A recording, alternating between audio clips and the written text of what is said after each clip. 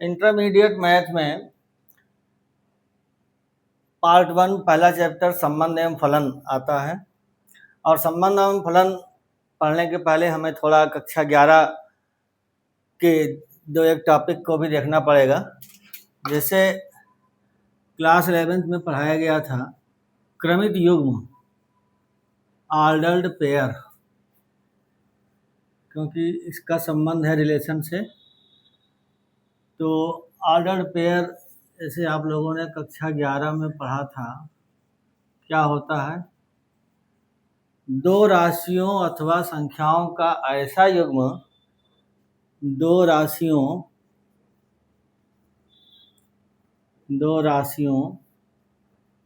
अथवा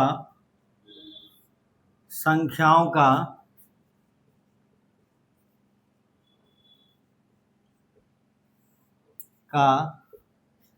ऐसा युग्म, युग्म माने पेयर, ऐसा युग्म जिनके लिखने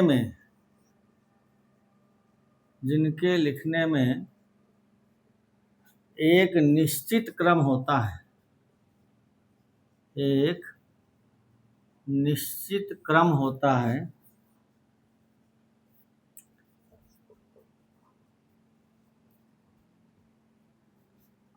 क्रमित युग्म कहते हैं, ऑर्डर्ड पेयर कहते हैं। क्रमित युग्म या ऑर्डर्ड पेयर कहते हैं। For example A, B, X, Y, 1, 2, 3, 1 आदि क्रमित युग्म हैं। ऑर्डर्ड पेयर की दो विशेषताएं हैं। क्या विशेषताएं हैं?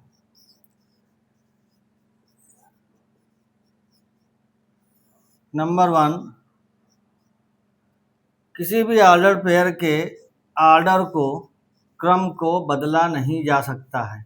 A, B can not be written as B, A। पहली प्रॉपर्टी, ऑर्डर पेयर में हम ऑर्डर पेयर के जो अवयव हैं, प्रथम या द्वितीय निर्देशांक इसको बोल सकते हैं, इनके क्रम को बदल नहीं सकते हैं।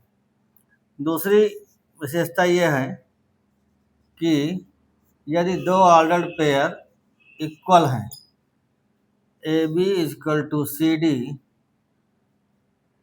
तो ये तभी संभव है जब दोनों ऑर्डर्ड पेयर के पहले निर्देशांक A = C हो जाए और B = D हो जाए।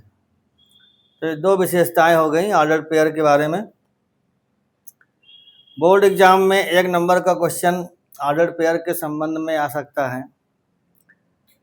फॉर एग्जाम्पल जैसे कह दिया गया कि एक ऑर्डर्ड पेयर है x - 1 y - 2 = 0, 5, x y के मान ज्ञात करिए। तो सिंपल सी बात, ऑर्डर पेयर इक्वल कब होंगे? जब उनके फर्स्ट कोऑर्डिनेट इक्वल होंगे और सेकंड कोऑर्डिनेट भी इक्वल होंगे। x - 1 = 0, यानी कि x की वैल्यू आ गई यहाँ से 1, y - 2 = 5, y की वैल्यू आ गई सेम। 1 नंबर क्वेश्चन कभी कभी बोर्ड एग्जाम में आ सकता है। क्लास 11 में भी इस तरह क्वेश्चन थे। ये हुआ ऑर्डर पेयर के बारे में। अब सेकंड थिंग जो क्लास 11 की हमें टच करना है रिलेशन एंड फंक्शन के अकॉर्डिंग, वो है कार्टेशियन प्रोडक्ट, कार्तीय गुणनफल। कार्टेशियन प्रोडक्ट, कार्तीय गुणनफल। तो आप लोग देख लें, कार्तीय गुणनफल या कार्टेशियन प्रोडक्ट क्या होता है।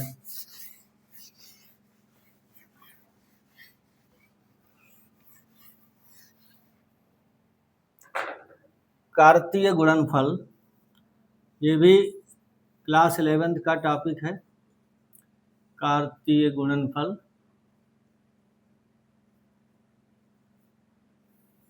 Cartesian product.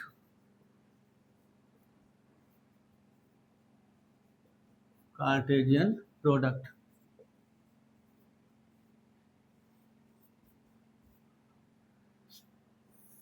यदि ए व बी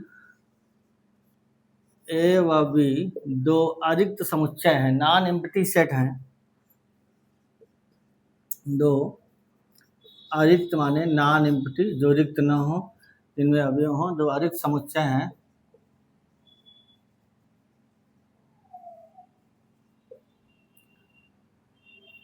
तथा small a belongs to set capital A, small b belongs to set capital B, तब सभी संभव क्रमित युग्मों A, B के समुच्चय को A से B का कार्तीय गुणनफल, A से B का कार्तीय गुणनफल, Cartesian product A cross B, इसको पढ़ते हैं A क्रॉस B कहलाता है।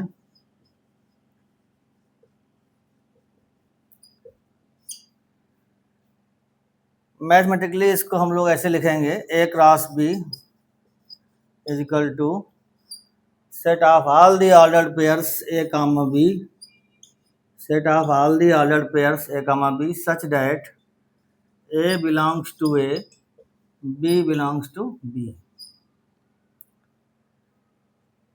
इसी प्रकार B से A का कार्तीय गुणनफल B क्रॉस A कहलाएगा। This is equal to set of all the ordered pairs B comma A such that B belongs to B and A belongs to A। तो ये हो गई बात कार्तीय गुणनफल की। If A and B are two non-empty sets, then all the possible ordered pairs, set of all the possible ordered pairs A comma B is called Cartesian product from A to B and written as A cross B। इसके बाद देखिए number of ordered pairs in Cartesian product। तो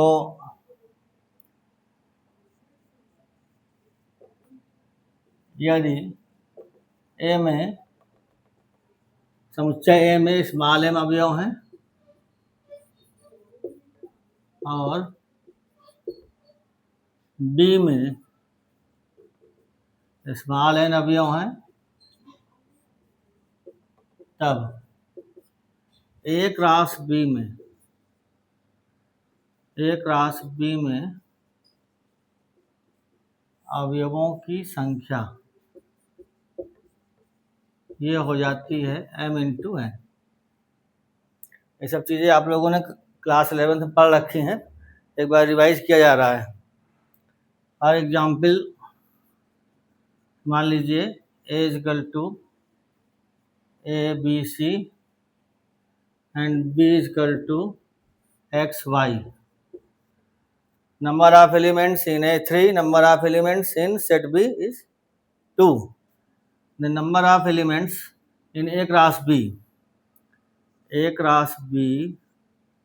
में अवयवों की संख्या, number of elements in A cross B, ये हो जाएगा 3 into 2 is equal to 6।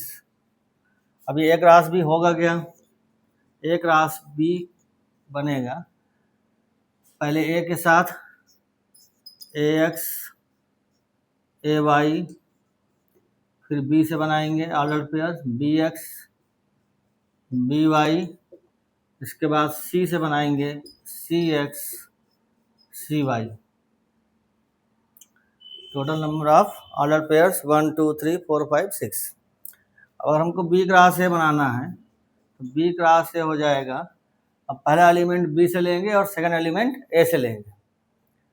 XA x B x C y A y B and y C. ये आपका हो गया Cartesian product B cross A. तो ऑर्डर पेयर हो गया, कार्टेशियन प्रोडक्ट हो गया।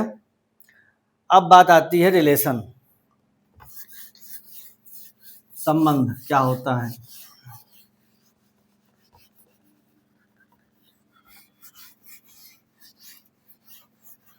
तो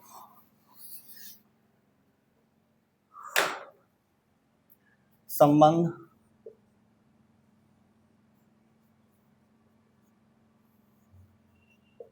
रिलेशन,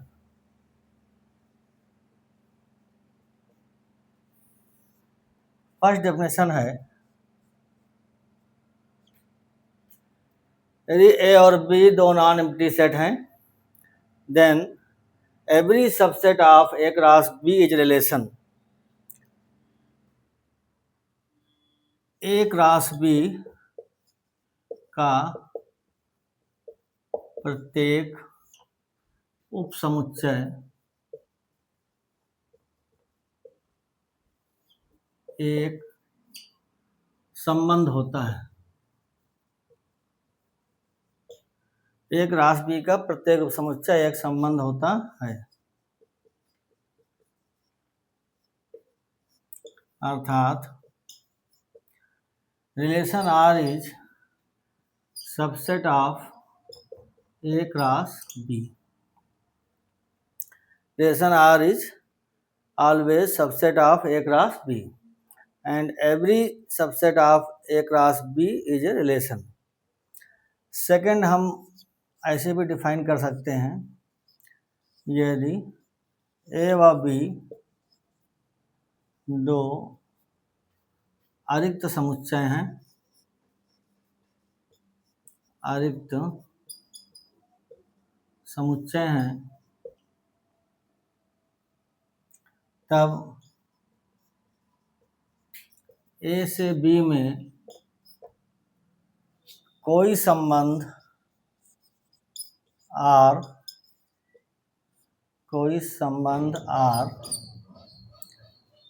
उन सभी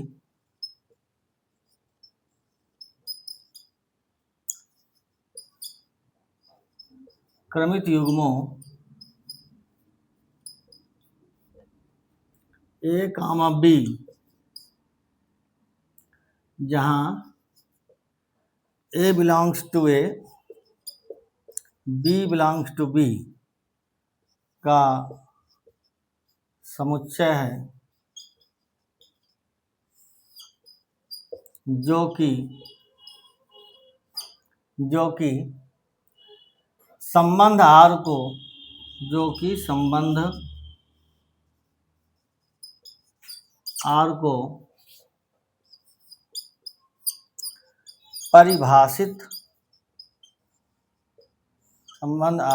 परिभाषित करने वाले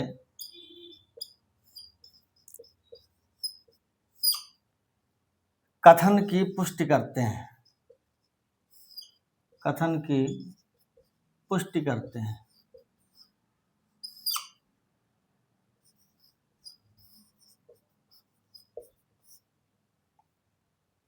यदि ए व बी दो अधिक समुच्चय हैं, तब ए से बी में कोई संबंध आर उन सभी क्रमित युग्मों ए कामा बी जहाँ A belongs to capital A, B belongs to capital B का समुच्चय है, जो कि संबंध आर को परिभाषित करने वाले कथन की पुष्टि करते हैं।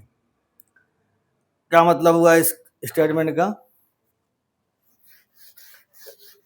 ऐसे सभी ऑर्डर्ड पेयर्स जो कि किसी स्पेशल स्टेटमेंट से डिफाइन संबंध को रिप्रेजेंट करते हैं, उनका समुच्चय एक संबंध होता है, and that is also subset of A cross B.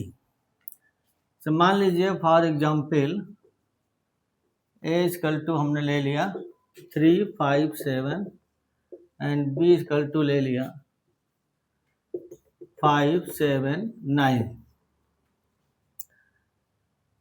अब इसमें हमने एक रिलेशन डिफाइन किया R1 such that set of all the ordered pairs A comma B such that A equal to B, A belongs to A, B belongs to B, and A is related to B. A is related to B such that A is equal to B. तो R1 जो relation हमने define किया, इसमें ordered pairs में relation क्या है, A is equal to B. अब अगर हम एक रास भी बनाएंगे 3 5 3 7 3 9 5 5 5 7 5 9 7 5 7 7 7 9 इस तरह बनेगा। तो हमको केवल वही ऑर्डर्ड पेयर्स रखने हैं R1 रिलेशन के अंतर्गत जिनमें A is equal to B आ जाए।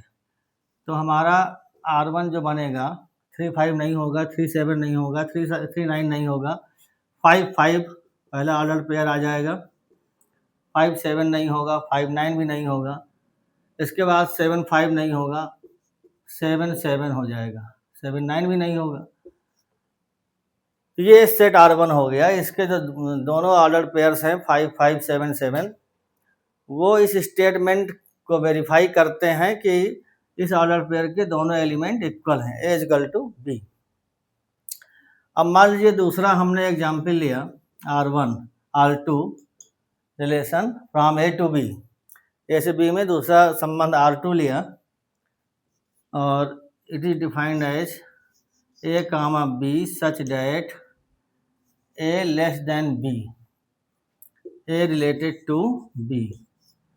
अब यहाँ पे हमको ऐसे ऑर्डर पेयर्स रखने हैं R2 के अंतर्गत जिसमें A लेस देन B हो जाए। क्या क्या आ जाएगा देखिए, 3 5 आ जाएगा, ठीक है, 3 7 आ जाएगा, सभी में A लेस देन B होना चाहिए, 3 9 भी आ जाएगा, फिर 5 5 नहीं आएगा क्योंकि इक्वल हो गया, 5 7 आ जाएगा, 5 9 आ जाएगा, फिर 7 5 नहीं होगा, 7 7 नहीं होगा, 7 9 हो जाएगा। तो इस प्रकार से दो एग्जाम्पल हमने दो रिलेशन बनाए फ्रॉम A टू B, जो कि रिलेशंस की जो स्टेटमेंट है उसको सेटिस्फाई करते हैं। तो ये बात हो गई रिलेशन की। अब बात करते हैं number of relations from A to B। How many number of relations can be form from A to B? तो